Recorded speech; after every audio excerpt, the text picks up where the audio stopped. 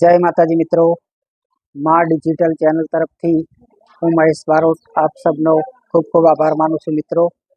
અમારી આ ધાર્મિક ચેનલને તમે જોવો છો, સબસ્ક્રાઈબ કરો છો તે બદલ ખૂબ ખૂબ આભાર મિત્રો। આ ચેનલ અમે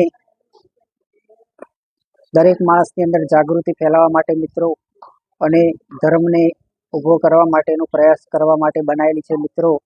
તો દરેક મિત્રોને અમારી નમ્ર વિનંતી છે કે આ ચેનલ બને એટલું શેર કરો, સબસ્ક્રાઈબર કરો મિત્રો।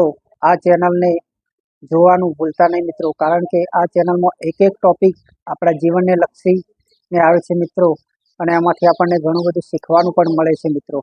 તો મિત્રો આજના ટોપિકની શરૂઆત કરીએ આપણે। તો આજનું ટોપિક છે મિત્રો મા બાપના આંસુ। તો મિત્રો વાત કરીએ તો મા બાપના આંસુ તો એક ગામ હોય છે, ગામની અંદર એક બ્રાહ્મણ રહેતો હોય છે, એનો એક દીકરો હોય છે મિત્રો। આ દીકરાને પોતે બ્રાહ્મણ એના મા બાપ મહેનત કરી, મજૂરી કરી અને છોકરાને મોટો કરે છે મિત્રો। ભણાવે ગણાવે છે અને ભણાવી ગણાવીને આગળ ભણવા માટે મોકલે છે મિત્રો। તો તમે વિચાર કરો કે આ છોકરાને ભણાવી ગણાવી મોટો કરે છે અને એમના ગામમાં જે સ્કૂલ હોય છે એમાંથી ભણી અને પાસ થાય છે મિત્રો। પછી એને ભણવા માટે બીજા ગામ જવાનું હોય છે મિત્રો। તો બીજા ગામ જવાનું હોય છે, શહેરમાં જવાનું હોય છે। તો શહેરમાં જવા માટે એ દીકરાના માટે પોતાની મા એના બધા ઘરેણાં વેચી દેશે મિત્રો, કારણ કે એની ભણવાની ફી બહુ મોંઘી હોય છે મિત્રો। તો એ ફી ભરવા માટે એની મા એના દાગીના વેચી મારે છે, એની મિલકત જે પણ હોય એ વેચી મારે છે। એક એક રૂપિયો કમાણી કરીને ભેગો કરેલો હોય બધો જ છોકરાના પાછળ વાપરી નાખે છે મિત્રો। હવે તમે વિચાર કરો મિત્રો, મા બાપ એ છોકરાને ભણાવવા માટે કેટલી મહેનત કરે છે મિત્રો। તમે વિચાર કરો, છોકરાની કેટલી કાળજી રાખે છે મિત્રો। આ બાજુ જોઈએ તો આ એમના દીકરાને શહેરમાં ભણવા માટે જવાનું હોય છે મિત્રો। તો એમની તમામ જે ઘરેણાં હોય છે, રૂપિયા હોય છે, એ બધું એમના છોકરાની ફીમાં ભરી દેશે, એમના છોકરાને આપી દેશે મિત્રો, કારણ કે મારો દીકરો કાલ ભણી ગણીને મોટો થાય। આમ ભણી ગણીને મોટો થશે એટલે મારા દુઃખ દારિદ્ર દૂર કરશે, આવી આશા મા બાપની હોય છે મિત્રો।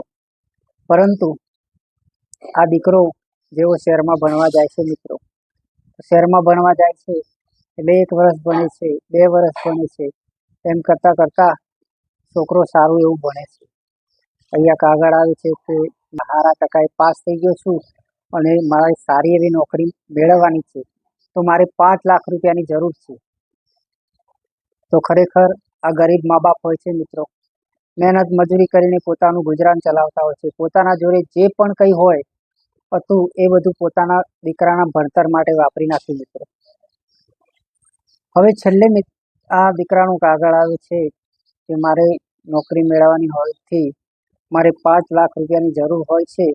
તો મારા મા બાપને કાગળ લખીએ છે કે તમને આ કાગળ લખીને આયોજન કરીને એટલા માટે કહું છું કે મને 5 લાખ રૂપિયાની સગવડ કરી આપજો। તો ખરેખર આ દીકરાનો કાગળ વાંચી અને મા બાપ વિચારમાં પડી જશે કે આપણા જોડે તો હવે કશું રહ્યું નહીં, આપણા જોડે જે ઘરેણાં હતા એ ઘરેણાં પણ આપણે વેચી દીધા છે, આપણા જોડે જે દાગીના હતા એ દાગીના આપી દીધા, થોડા ઘણા પૈસા ભેગા કર્યા હતા એ પણ આપણા દીકરાની ભણતર માટે આપણે વાપરી નાખ્યા।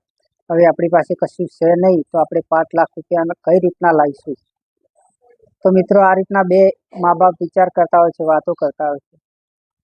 ત્યારે માં કહેશે કે ગમે તે તો કરવું પડશે ને, આપણો દીકરો છે એની જિંદગીનો સવાલ છે, આજે કાલે ભણી ગણીને મોટો ઓફિસર થઈ જશે તો એ આપણને યાદ કરશે, આપણી સેવા કરશે, આપણા ઘડપણની સહારે છે આપણે।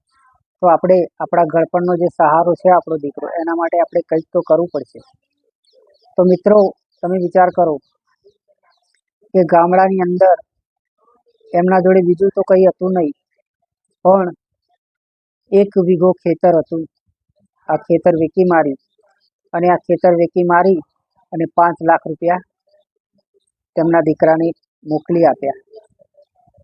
દીકરો ભણી ગણીને પાસ થયો, સારી એવી નોકરી મળી ગઈ, સારો એવો પગાર મળી ગયો. મિત્રો, આ શહેરના વાતાવરણમાં રહેલો છોકરો શહેરમાં નોકરીમાં સારી એવી પત્ની પણ મળી ગઈ, અને પણ આ મા બાપને યાદ કરતો નથી, આ મા બાપને ભૂલી જાય છે. મિત્રો, સારો એવો બંગલો હોય છે, એ બંગલામાં રહેશે અને આ બંગલાની અંદર એની પત્ની અને પતિ 2 જણ જોડે રહેશે, અને આ બાજુ ગરીબ મા બાપને ભૂલી જાય છે. મિત્રો, પણ આ ગરીબ મા બાપના ઉપર કાગળ લખતો નથી, કોઈ એના સમાચાર આવતા નથી. એટલે એક દિવસ એમના એક સગાવાલા હતા, એ સગાવાલાએ કીધું કે ભાઈ, તમારો દીકરો બોમ્બેની અંદર સારી એવી નોકરી મળી ગઈ છે, અને એને સારો એવો બંગલો પણ લઈ લીધો છે, અને લગ્ન પણ કરી લીધા છે.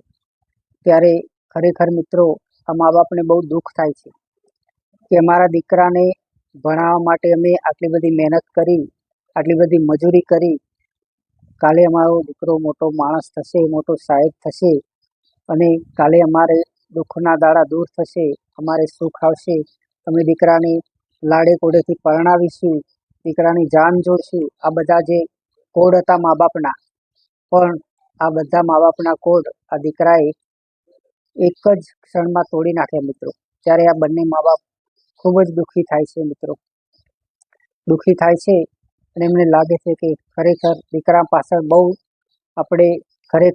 પાછળ બહુ આપણે મહેનત કરી, મજૂરી કરી, અને આપણું જે પણ કંઈ હતું એ ગુમાવી નાખ્યું, તે છતાં પણ દીકરો આપણને ભૂલી ગયો. તો જય માતાજી. મિત્રો, આ હતો મા બાપના આંસુનો ભાગ પહેલો. મિત્રો, તો આ ભાગ પહેલાને આ તમે બધા લાઈક કરજો, શેર કરજો અને સબસ્ક્રાઈબર કરજો, અને મિત્રો બીજા ભાગમાં જોવાનું પણ ભૂલતા નહીં. તો મિત્રો, વિડીયો ગમ્યો હોય તો લાઈક કરો, શેર કરો અને સબસ્ક્રાઈબ કરો. મિત્રો, આવનારો અમારો બીજો ભાગ હશે, મા બાપના આંસુ ભાગ 2 બનાવીશું. મિત્રો, તો આ વિડીયોને શેર કરજો. મિત્રો, જય માતાજી, જય ભોલેનાથ.